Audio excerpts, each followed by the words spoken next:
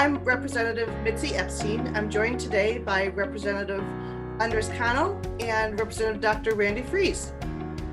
We've been working on unemployment insurance for quite a long time, and this is a great moment in Arizona where we can actually do something to fix it.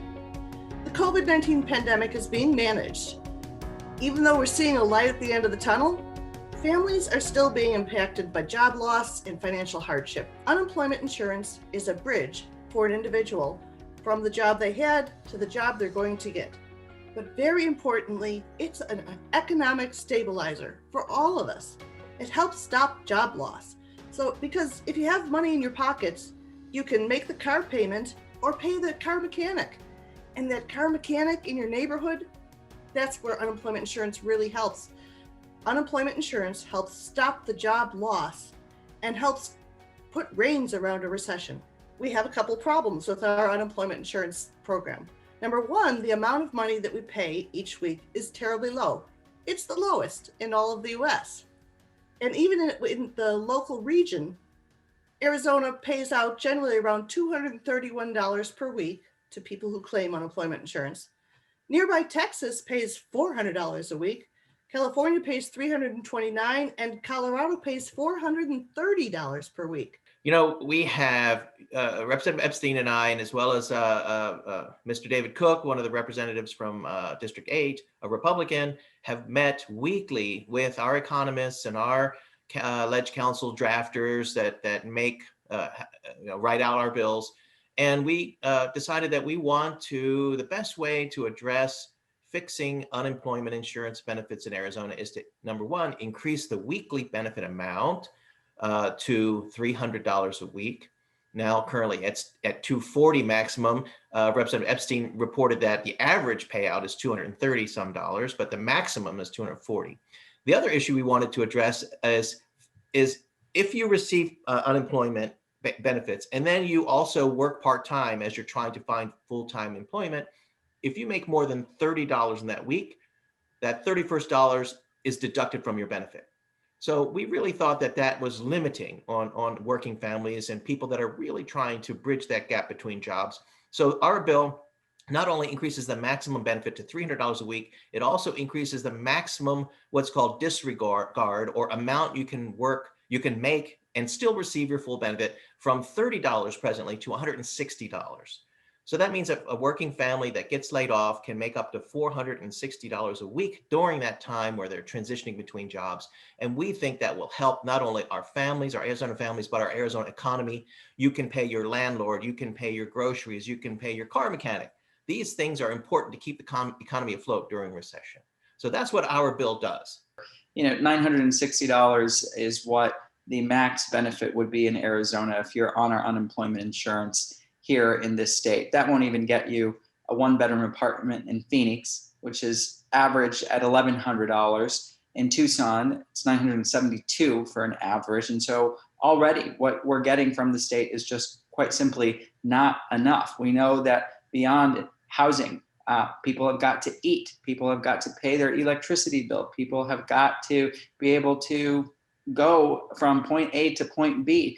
And they can't do that with the current benefits. We are pleased to see that HB 2805 passed the House with bipartisan support, 50 ayes of the 60 state representatives doing something about this amount. I wish it didn't take a pandemic to get us to recognize that poor folks were hurting, especially people in my district. But Representative Epstein, Representative Friese, were absolutely committed to ensuring that we are providing that direct support to Arizonans when they need it most. We're going to keep patiently waiting for what the Senate is doing, and we're looking forward to continued negotiations that'll help us provide this incredible investment that ultimately is good for our economy and for the job seeker as well.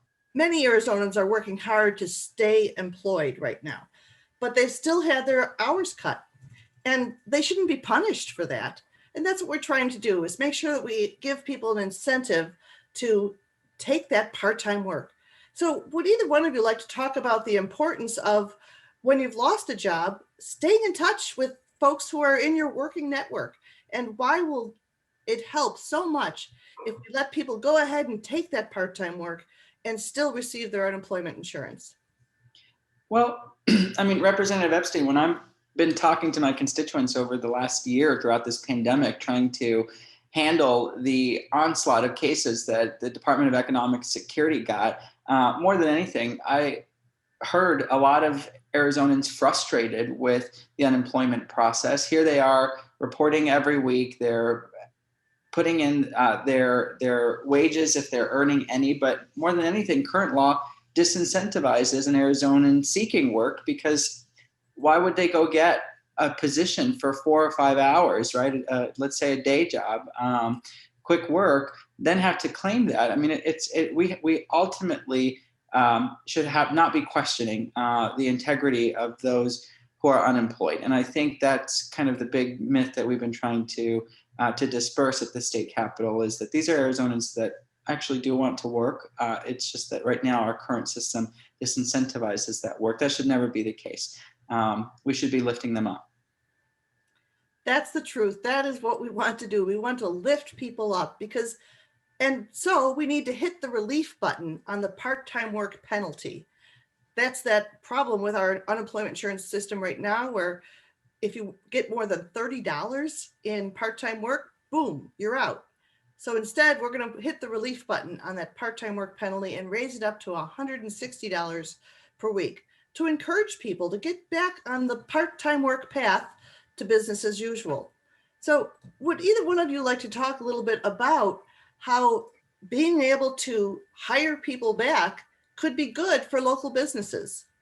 Well, sure, Representative Epstein. Most people, when they think about an unemployment insurance benefit, they think it only benefits the employee. Well, that is not true. It actually benefits the entire state, our economy, and the small business owner. Most small business owners talk about their employees and how they want to protect them and help them, and their employees are part of their family. Well, this program supports these employees when the business can no longer retain them. They have to lay them off. This program helps to protect those employees, give them something to pay their rent, pay their grocery bills. And it also helps the employers, because those employees and other employees across the state benefiting from this program have money to spend. And then these people are out trying to find jobs. They can get part-time work, increased amount of money they can bring in, and receive the maximum benefit. The unemployment insurance program is very nuanced and complicated. And one of the things I like about our bill, 2805, House Bill 2805, is that it really addresses two things very directly.